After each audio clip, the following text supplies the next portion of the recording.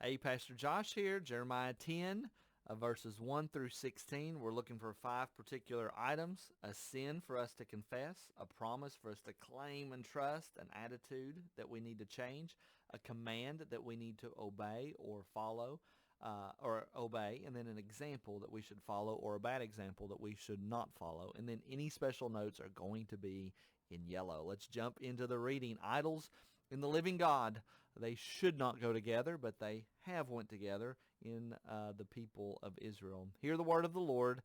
Uh, Hear the word that the Lord speaks to you, O house of Israel. Again, we're talking about Israel, so we're talking about the entire nation. This is a word not just to the southern kingdom, but even to the northern kingdom, the entire people group, God's people. He's speaking to you, O house of Israel. Thus says the Lord, learn not the way of the nations, nor be dismayed at the signs of the heavens, because the nations are dismayed at them. For the customs of the peoples are vanity. So learn not the way of the nations. There's our command to follow. We do not need to be learning the way of people that do not follow after God. We need to make sure that the way that we operate, the way that we manage our time, the way that we think, we have to make sure that that foundation is biblical. We have to make sure that foundation is of God, because if we're not careful, the foundations by which we're taught to think in the business world, or even taught to plan our days, even this whole idea of self-care, if we're not careful, the whole idea of even taking care of yourself has a very dangerous foundation. The foundation needs to be of God. And so we need to, of course, take care of ourselves so that we can take care of others. But sometimes it can be just so twisted that basically some of the gurus of the time are just saying, hey, you need to take care of yourself and you just need to not do anything and not work. So anyway, we don't need to learn the way of the nations, and the people of Judah and Jerusalem are learning the way of the people around them that are not of God. And he's saying, be dismayed at the signs of the heavens, because the nations are dismayed at them. The nations are being dismayed about how the moons and the stars are moving and shifting based on the constellations and the regular kind of turning of the earth, and they're saying you don't need to be dismayed of the heavens, because the nations are dismayed at them. You should be thinking differently than the people around you. The customs of the peoples are vanity. Anything that doesn't have its root in a in a Judeo-Christian worldview, a biblical worldview, is vanity. We believe that, right? It is empty. So we need to make sure it is extremely biblical, all going all the way back to the time of Abraham, going all the way back to Adam and Eve. A tree from the forest is cut down. So here's what the people are doing. Here's the idols. Here's where the idols come into play. A tree from the forest is cut down and worked with an axe by the hands of a craftsman. They decorate it with silver and gold. So they take a wood, chop it down, then they overlay it with silver and gold. They fasten it with hammers and nails so that it cannot move. So they got this piece of wood, they've carved it, and it looks like a person, or it looks like an animal. It's golden now, but it can't move. They've actually fastened it down on like a little plate so that it can't move. Their idols are like scarecrows in a cucumber field. A scarecrow that can't move, obviously. It's not like the Wizard of Oz scarecrow, but the scarecrow out in a cucumber field is supposed to be scaring birds away. Can't move. They cannot speak. This idol cannot speak. They have to be carried. They cannot walk. And here's the sin that we need to confess.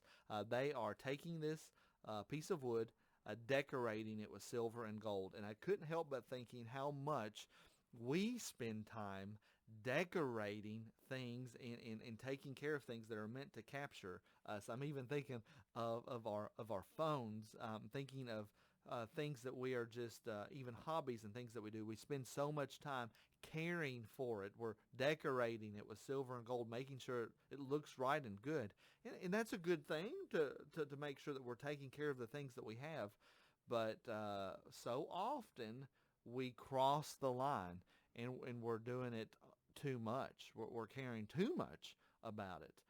So be careful about that. Examine your own life. Is there something? Is there some hobby? Is there something that you have that you're spending an inordinate amount of time on? You're decorating it with silver and gold, and it's becoming an idol to you. Down here at the end of verse 5, I'll go back to the idols. Their idols are like scarecrows in a cucumber field, and they cannot speak. They have to be carried, for they cannot walk. Do not be afraid of them, for they cannot do evil. Neither is it in them to do good. Here's our attitude that we need to change. We do not need to be afraid of the idols of the nations. That's what God is telling the people of Judah. Don't be afraid of these other gods. They can't do evil, and neither is it in them to do good. They can't do anything. And so we have to make sure that we are not afraid of things that are not God's. We need to make sure that we are not afraid of what people and other things can do to us. We worship and follow the Almighty God, and we don't need to be afraid of anything. We have the Lord that is with us if we're following after him. Verse 6, there is none like you, O Lord. You are great, and your name is great in might. So Jeremiah is telling them, don't be afraid of these idols. There's no good. They can't do harm, and they can't do good. They're just nothing, so don't be afraid of them. And then he goes into this praise, and I just thought this was a wonderful example for us to follow, for us to say for us to be saying over and over again, there is none like you, O Lord. You are great, and your name is great in might. To be reminded about how great and awesome the Lord is, and we should really never be afraid of anybody else. Who would not fear you, O King of nations? If we really realize who God is, everybody would have that healthy fear of God. For this is your due. For among all the wise ones of the nations and in all their kingdoms, there is none like you. They are both stupid and foolish. The instruction of the idols is but wood. Beaten silver is brought from Tarshish, and gold from Uphaz. So the silver and the gold, two views here on this. Obviously, God is saying, don't listen to the idols. They're stupid. They got gold on them, but they're not talking. It's silly to be afraid of them. And then he's saying, you got silver from Tarshish, and there is that land up there in Spain. You can think of that being the far western limits of the world. So this great silver is being imported into Israel. But scholars have no idea where this place Uphaz is. So it could be a place. It has been equated with Ophir, and I've not checked the King James Version. It may very well actually say Ophir. And so it could be a place that is known for its gold, or some recent Hebrew scholars and such even are saying this Tarshish could be translated as refined. And so it could be saying that beaten silver is brought from Tarshish. Is saying that this is refined silver and that this is pure gold. Uphaz or Ophir would be a word that would get us to that idea of pure gold. Anyway, the whole idea is that you've got the best silver and you have the best of the gold being brought to decorate these idols. But even though it's the best, they are the work of the craftsman and of the hands of the goldsmith. They are not the hands of the Lord. Their clothing is violet and purple. There's the beautiful, remember, violet and purple was the best types of cloth that you could use. So they used this to decorate the idols. They are all the work of skilled men. But the Lord is the true God. He is the living God and the everlasting God. At his wrath the earth quakes, and the nations cannot endure his indignation. I do want to say a word before we run away from these idols, is that most of you do not struggle with having to worship an idol or being afraid of an idol. But there is a large percentage of our world's population that does. Idol worship still happens. And they are captured by this. They are afraid of it. And so we need to remember, even in our Western minds, we might not be thinking that idols really can do anything, but it is a true trap for people, for much of the world's population. Verse 11, thus shall you say to them, the gods who did not make the heavens and the earth shall perish from the earth and from under the heavens. Here is your great promise. The gods that did not make the heavens and the earth shall perish. The gods who really are not gods at all. In fact, the Apostle Paul will say in one of his letters, will even mention that anything associated with idols, anything associated with these false gods are actually demonic in association. And so these demons are going to perish. these demons will be judged for whatever nasty mess they are doing to us. The gods who did not make the heavens and the earth shall perish.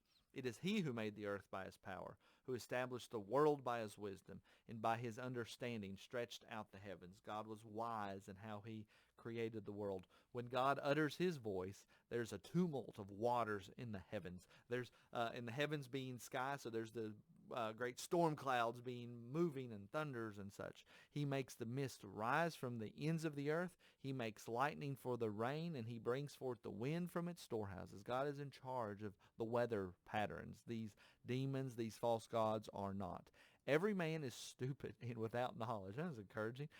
Every goldsmith is put to shame by his idols, for his images are false, and there is no breath in them. They are worthless, a work of delusion. At the time of their punishment, they shall perish. Again, many of you are not struggling with worshiping an idol, but what is it in your life that you are loving more than you should? What is it in your life that you are taking care of more than you should? They are worthless, a work of delusion. At the time of their punishment, they shall perish. None like these is he who is the portion of Jacob. Remember Jacob's name, he's one of those patriarchs, Abraham, Isaac, and Jacob. Jacob's name was changed to Israel. And from Jacob came the 12 tribes. He had 12 sons, which then morphed into 12 tribes. So here we're talking about Israel. We're talking about all the children of Jacob. For he is the one who formed all things, that is God. And Israel is the tribe of his inheritance. Israel is God's inheritance, and the Lord of hosts is his name. So while God may be bringing judgment upon his people, he might be bringing judgment upon Jerusalem in this time that Jeremiah is prophesying about. They are still his, and while he might be sending them off, he is going to bring them back into the land. I pray that was a blessing to you, and I'll see you in the next video. Or maybe I'll keep talking to you now. See you guys.